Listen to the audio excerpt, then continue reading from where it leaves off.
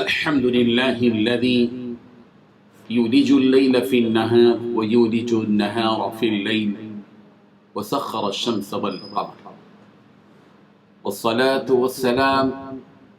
على سيد المرسلين محمد وصحبه أجمعين اما بعد. حاضرین و ناظرین، یہ درس نمبر 525 ہے. سورہ انعام کی 2 آیتوں کی تشریح آپ کے سامنے کی جائے گی. پہلے ہم تلاوت کرتے ہیں لفظی ترجمے اور ترجمے کے بعد ان 2 آیات سے متعلق حقائق بیان کرتے ہیں. اعوذ باللہ من الشیطان الرجیم، بسم اللہ الرحمن الرحیم. ومنهم من يستمع إليك وجعلنا على قلوبهم أكنة أن يفقهوه وفي آذانهم وقرا وإن يروا كل آية لا يؤمنوا بها حتى إذا جاءوك يجادلونك يقول الذين كفروا إن هذا إلا أساطير الأولين وهم ينهون عنه وينأون عنه وَإِن يُهْلِكُونَ إِلَّا أَنفُسَهُمْ وَمَا يَشْعُرُونَ. صدق اللہ العظیم. وَمِنْهُمْ، اور بعض ان میں سے، من وہ ہیں جو یستمع کان لگاتے ہیں، الیک آپ کی طرف، وجعلنا اور ہم نے کر دیے، علی قلوبہم ان کے دلوں پر، اکنتاً پردے، ان یفقہوہ کہ وہ اس کو سمجھ ہی نہ سکیں، وفی آذانہم اور ان کے کانوں میں، وقرا ڈاٹ ہے، وَإِن اور اگر، یرو وہ دیکھ لیں، کل آیت ساری نشانیاں، لا یؤمنوا بہا اس پر ایمان نہ لائیں، حتیٰ یہاں تک کہ اذا جب جاؤ کا وہ آپ کے پاس آتے ہیں، یجادلونک آپ سے جھگڑتے ہیں، یقول تو کہتے ہیں، الذین وہ لوگ جنہوں نے کفروا کفر کیا، ان ھذا یہ نہیں ہے، الا مگر اساطیر الاولین پہلوں کی داستانیں، وہم اور وہ، ینہونا روکتے ہیں، عنہ اس سے دوسروں کو، وینأونا اور خود بھی دور رہتے ہیں، عنہ اس سے، وان اور نہیں، یہلکونا وہ ہلاک کرتے ہیں، الا مگر انفسہم اپنے آپ کو، وما یشعرون اور وہ شعور ہی نہیں رکھتے. ترجمہ،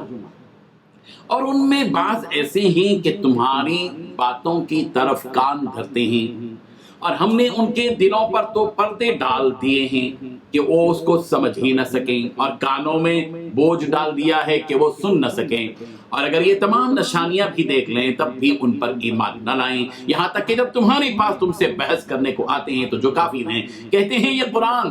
اور کچھ بھی نہیں، صرف پہلے لوگوں کی کہانیاں ہیں. وہ اس سے اوروں کو بھی روکتے ہیں اور خود بھی پرے رہتے ہیں، مگر ان باتوں سے اپنے آپ ہی کو ہلاک کرتے ہیں اور اس بات سے بے خبر ہے. بزرگان محترم، ان 2 آیتوں میں، سورہ انعام کی ان 2 آیتوں میں، آیت نمبر 25 اور 26، ان 2 آیتوں میں اللہ تبارک و تعالیٰ نے 7 باتیں بتائی ہیں. پہلی بات،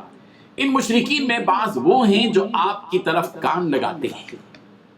اور ہم نے، دوسری بات، اور ہم نے ان کے دلوں پر پردے ڈال دیے ہیں کہ وہ اس کو سمجھیں، اور ان کے کانوں میں بھاری پن کر دیا ہے. تیسری بات، اور اگر یہ لوگ ہر طرح کی نشانیاں دیکھ لیں تب بھی ان پر ایمان نہ لائیں گے. چوتھی بات، یہاں تک کہ جب آپ کے پاس آتے ہیں تو آپ سے جھگڑا کرتے ہیں. پانچویں بات، جنہوں نے کفر کیا وہ لوگ کہتے ہیں کہ یہ پچھلے لوگوں کی لکھی ہوئی باتوں کے سوا کچھ بھی نہیں ہے. چھٹویں بات یہ کہ اور وہ لوگ اس سے منع کرتے ہیں اور اس سے دور رہتے ہیں. ساتویں بات، وہ تو صرف اپنی ہی جانوں کو ہلاک کر رہے ہیں اور سمجھتے نہیں ہیں. کسی بھی بات کو سننے کے 2 نظریے ہوتے ہیں، 2 انداز ہوتے ہیں. ایک تو یہ کہ کسی کی بات کو سمجھنے کے لیے اور جاننے اور ماننے کے لیے سنا جائے، جیسے کہ صحابہ کرام رضی اللہ عنہم رسول رحمت صلی اللہ علیہ وسلم کی باتیں جی لگا کر غور و فکر سے سنا کرتے تھے. اور باتوں کو ماننے کا جذبہ بھی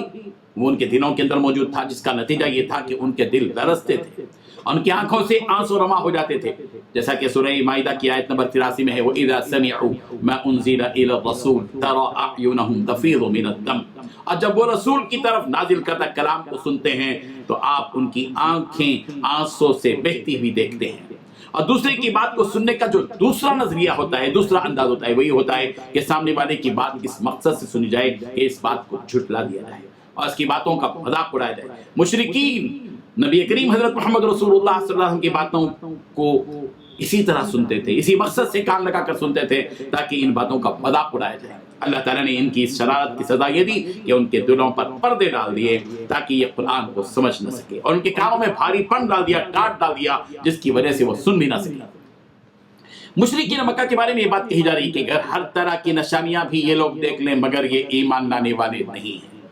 ان مشرکین کی حالت یہ ہے کہ مشرک لوگ جب آپ کے پاس آتے ہیں تو آپ سے جھگڑا بھی کرتے ہیں، اور یہ کافی لوگ یوں کہتے ہیں کہ یہ پرانے لوگوں کی لکھی ہوئی کہانیاں ہیں، باتیں ہیں۔ وہ قرآن مجید جو دلائل سے بھری ہوئی کتاب ہے، جو فصاحت اور بلاغت کا وہ اعلیٰ شاہکار ہے، جس کے سامنے عرب کے بڑے بڑے شاعر عاجز ہو چکے تھے، اس جیسا کلام وہ لانے سے قاصر تھے، مگر ان بدقسمت مشرکوں نے اس قرآن مجید کو پرانے لوگوں کی کہانیاں اور پرانے لوگوں کے قصے قرار دے کر اس اپنے آپ کو محروم کر دیا۔ حقیقت یہ ہے کہ اس کتاب مقدس قرآن مجید کا تعلق آسمان کی بلندیوں سے ہے، یہ آفاقی ربانی کتاب ہے جو رب السماوات والارض کی جانب سے اتاری گئی ہے۔ ان مشرکین کی حالت یہ ہے کہ یہ رسول رحمت صلی اللہ علیہ وسلم کے پاس آنے سے لوگوں کو روکتے ہیں کہ کہیں آپ کی صحبت میں بیٹھ کر یہ مومن نہ بن جائیں، اور خود بھی رسول رحمت صلی اللہ علیہ وسلم سے اپنے آپ کو دور رکھتے ہیں۔ بعض مفسرین نے وَهُمْ يَنْهَوْنَ عَنْهُ وَيَنْأَوْنَ عَنْهُ کا یہ مطلب بھی بیان کیا ہے کہ یہ لوگ اس قدر تو شریف ہیں کہ کسی ایذا پہنچانے والے کو رسول کریم صلی اللہ علیہ وسلم کے قریب آنے نہیں دیتے، لیکن خود حضور صلی اللہ علیہ وسلم کے دین کو قبول بھی نہیں کرتے۔ جیسے ابو طالب ہیں، آپ صلی اللہ علیہ وسلم کے چچا، اور دوسرے رشتہ دار بھی اور دوسرے تھے، انہیں یہ گوارا نہیں تھا کہ لوگ پیارے پیغمبر صلی اللہ علیہ وسلم کو تکلیف پہنچائیں، ایذا پہنچائیں، مگر خود ایمان نہیں لائے۔ تو بہرحال ان آیتوں کے ذریعے بات بتائی گئی ہے۔ اللہ تبارک و تعالی ہمیں قرآن مجید کو غور و فکر کے ساتھ ایمانی کیفیت سے سرشار ہو کر سننے کی، اس کی تلاوت کرنے کی، اس کی سمجھنے کی توفیق عطا فرمائے۔ آج قرآن مجید سے ہم بہت دور ہو چکے ہیں، قرآن مجید سے ہمیں لگاؤ ہونا چاہیے، قرآن مجید کو پڑھنا چاہیے، اس پر تدبر اور تفکر کرنا چاہیے، اس کے معنی اور مطلب کو سمجھنا چاہیے، اس کی تشریح کو جاننا چاہیے۔ ہم خود اپنے آپ کو اس کے لیے قابل بنائیں، اپنے گھر والوں کو، اپنی بیوی بچوں کو بھی قرآن مجید سے قریب کریں۔ اللہ تبارک و تعالی ہم سب کو عمل کی توفیق عطا فرمائے۔ وآخر دعوانا ان الحمد للہ رب العالمین۔ لا إله إلا الله